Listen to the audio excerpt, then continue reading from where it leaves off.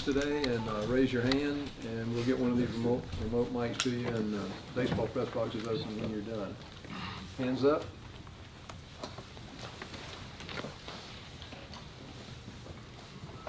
Kirby, we talked yesterday about Jalen being banged up. Who are those defensive linemen you guys are counting on this week when Jalen being banged up? Well, the same ones. I mean, Jalen's been out for a while, right? So, Nas, Bear, Bill Norton, Jonathan Jefferson, Warren Brinson. Those are the interior guys that get the abundance of reps. Christian Miller would factor in that. All those guys.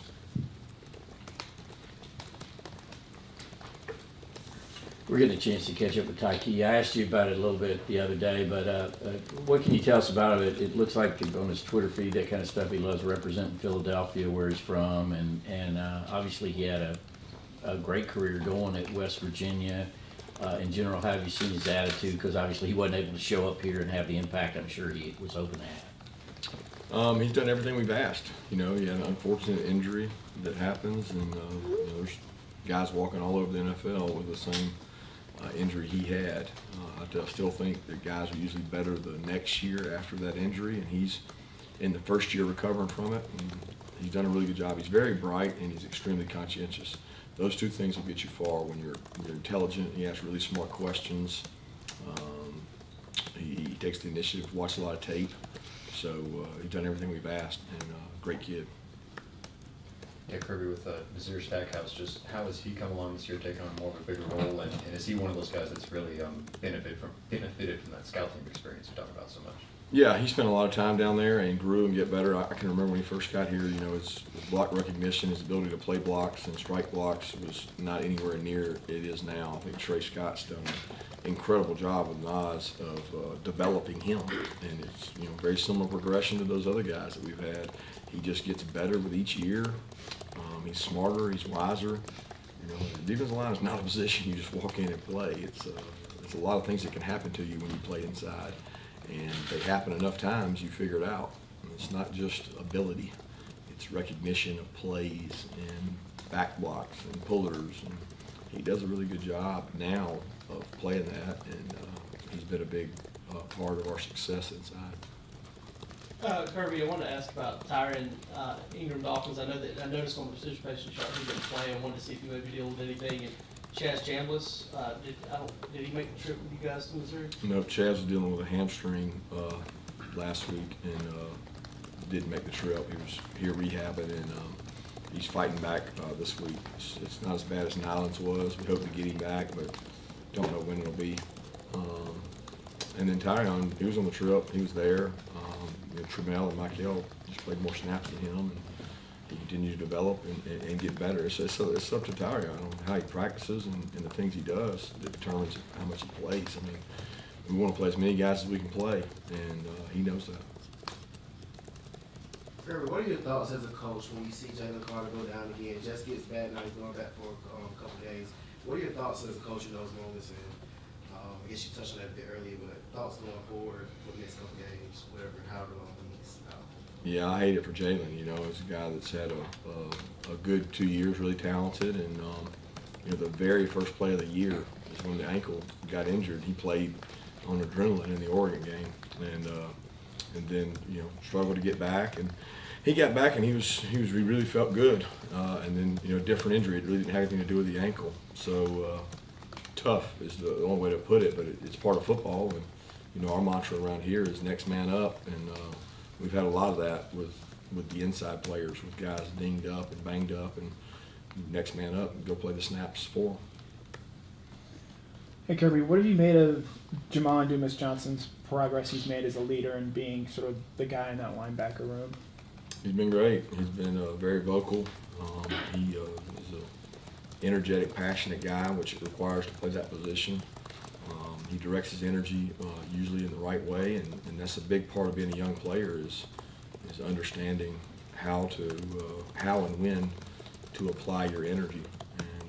And he's done a good job of that, and he'll continue to. He's a good football player. What is it like to have such a young player like Malachi Starks that can make the plays that he's been doing, and what do you expect from him moving forward? It's great to have a young guy because you know you got him to develop him, but it's a work in progress. You know, there's things that happen with Richard LeCount, Lewis Seen, all those guys that have played.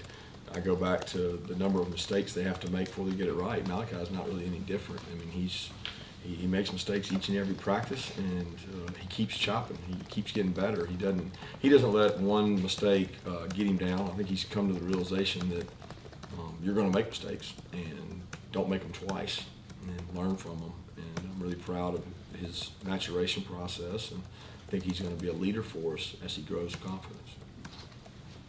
Kirby, do you guys carve out a little bit more time for ball security in practice after you have a couple games like that, or obviously early in the season you didn't have an issue? No, I mean the emphasis is put on ball security every day. There's not a day that we don't start practice with something to do with ball security. So I would think that if you weren't putting emphasis on it in the beginning, then you're not a very smart coach. You know, there's a process to what we do, and you know, we believe in the way we practice, and it's worked.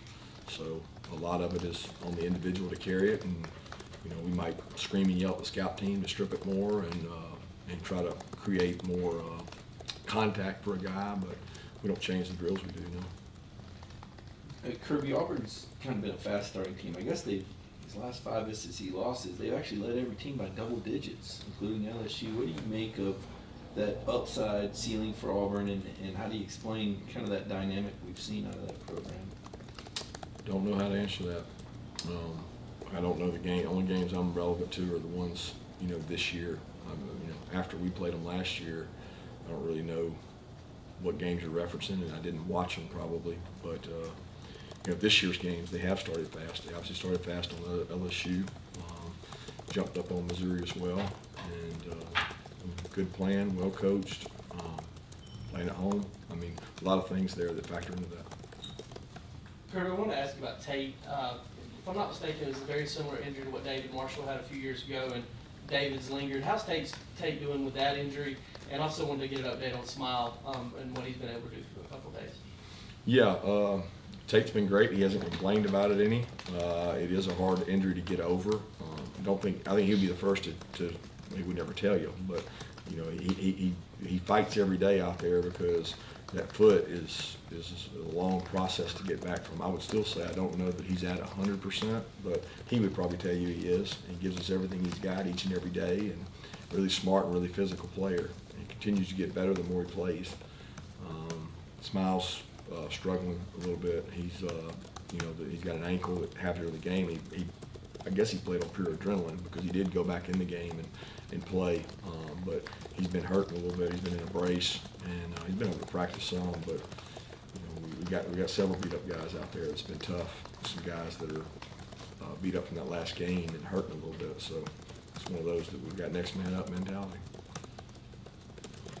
Kirby, what kind of response have you seen this week from Devon coming off that suspension?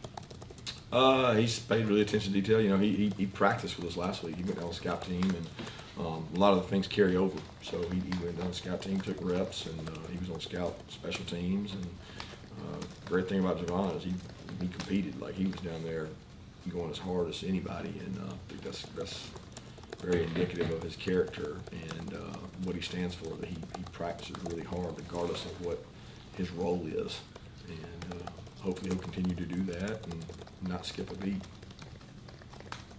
So a minute ago, you talked a bit about Auburn's quick start. Missouri had a quick start with their defensive line last week. What's your message to you guys going into to next week, making sure that they get a better start against Auburn's defensive line? Strike and attack. I mean, it's not a real complicated message. It's going to be a real physical game. Other questions? Kirby, consider what happened to Missouri the week before they played you guys. I kind of noticed when Brock was going in with a chance to score right there for that game-winning touchdown, he didn't stick the ball out.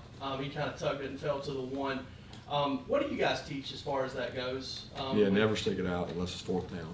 Same thing that Eli teaches. I mean, we talked about it before the game. I mean, there's not a coach out there that it's worth sticking the ball out prior to fourth down. You'll take that risk on fourth down because the alternative is you don't score.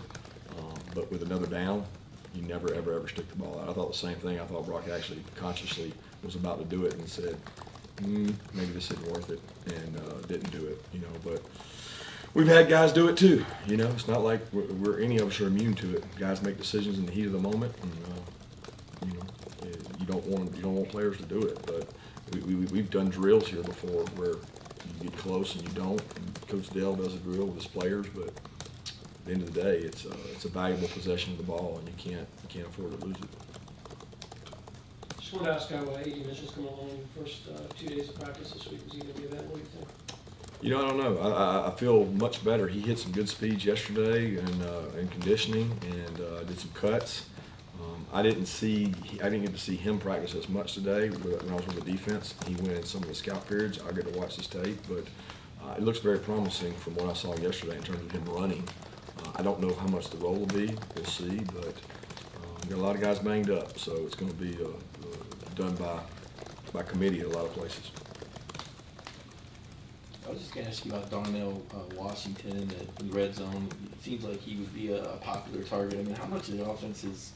It seems like it's always taking what they give you, but sometimes do you got to kind of, I don't know if force is the right word, but look for certain guys at certain positions in the field? Yeah, we've called several plays in those situations for him, and some of them are based on the look, and some of them are based on the protection. You know, there's plays built for a guy to be a red zone target. He certainly is that, but if you miss a protection or you miss a guy or they play a certain coverage, you got to go somewhere else. You know, there's doubles on guys in the interior. You know, there was one of the calls was to him on the play that Brock made against South Carolina, but the look they gave us dictated to go to Brock, and there's been several like that, but he's certainly a weapon that we have to use. What did you see from Aaron in his return back? Well, I thought he had a series where he got in the game in 2 minutes, and he had to stay in the game. And during 2 minutes, you don't sub, and he got 3 or 4 plays in a row, which that was really promising to see him go out there and execute 3 or 4 plays in a row. Actually got a catch, so that was big for his confidence. And getting hit and tackled, which is big for his confidence. But he's missed so much time. He's still developing as a receiver. If you could take all the time he's been out, I still think it's greater than the time he's been in since he's been here. And he's raw as a receiver, and he's gotten so much better. And we got to find ways to use his athletic ability.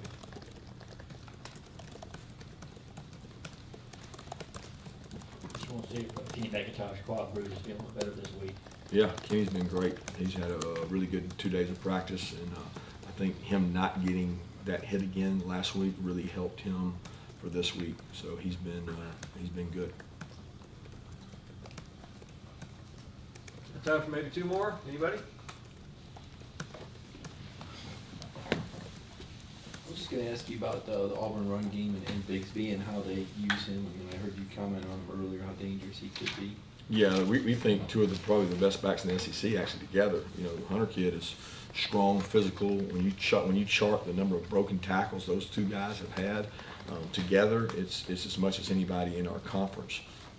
And you package that with a quarterback who is super fast and really elite. You've got 3. I mean, tackling is going to be at a premium in this game because they're big physical guys, including the quarterback, that you got to wrap up and knock back tackles. So I've been very impressed with the backs. Last question, anybody? All right, thank you.